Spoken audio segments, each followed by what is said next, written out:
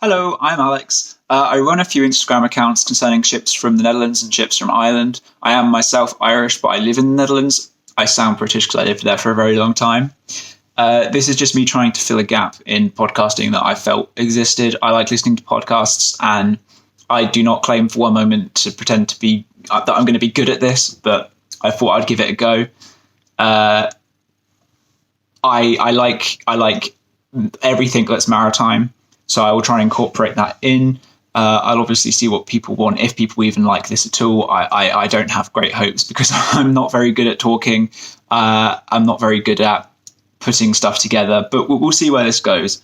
It would be nice to have a few friends who are also very passionate about ocean liners and warships and anything to do with ships in general to come on and put their bit on. I enjoy listening to them. I hope other people would as well. I don't know if people enjoy listening to me. We'll see where that goes. This is obviously just the YouTube side where there'll be a little bit more of a visual. I'm not normally going to be sitting here and talking to a camera. Hopefully I will be able to upload to other places like Spotify, Google Podcasts, and whatever the other ones are. You're going to hear an excerpt of the main episode. This is just a test.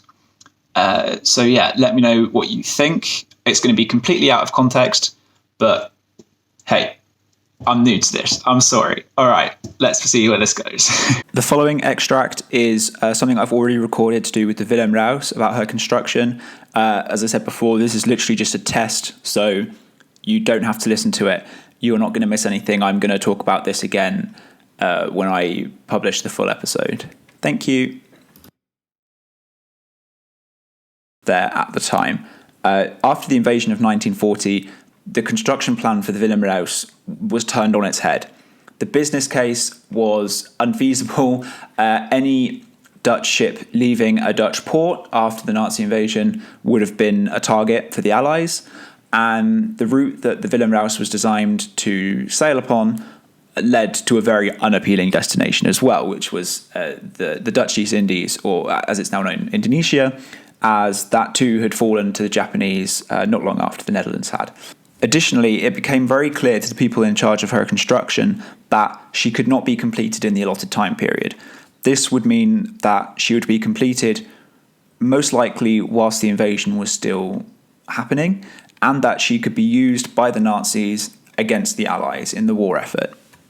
And this was a prospect that many in the city, many in the company were not very fond of.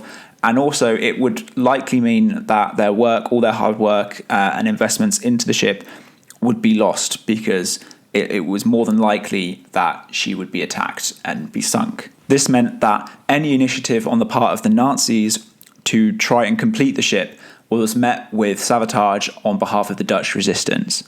My favourite example, and probably the most extreme example, was part of the Willem Ruys' engine that was hidden in a farm in Zeeland, the province where she was built in the Netherlands, for about 5 years.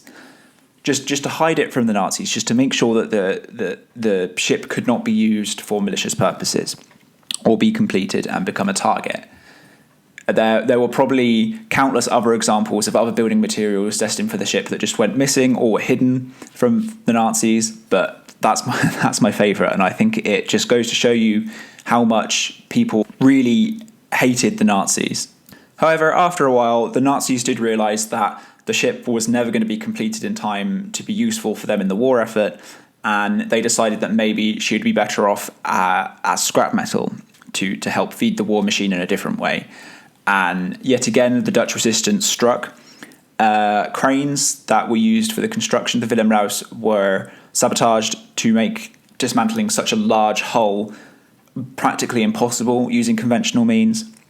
And other genius ways were used to halt the scrapping of this ship. So the Dutch resistance basically, greatly so, put the ship in this kind of purgatory limbo for the entire period of the war, just to make sure that she could survive it. However, it has also since been revealed that once the Dutch government arrived in London in exile after the invasion, they made very clear to the British authorities that the Willem Ruys, the hull sitting on the slipway, could not be a target for Allied bombers. Obviously, I think the Dutch knew that lots of their shipping was going to be compromised. I think a lot of it had already been attacked and sunk at this point. So any ship that was in any state of construction would be useful to them upon liberation of the Netherlands. And any port in the Netherlands after the invasion was going to be a target for the Allies, as it was a facility that could be used by the Nazis. So it just made sense that strategic bombing would happen. However, whether down to luck or to this meeting, the Willem Ruys, the hull of the Willem Ruys survived. She was never seriously damaged by bombing. She was damaged slightly, but nothing too great.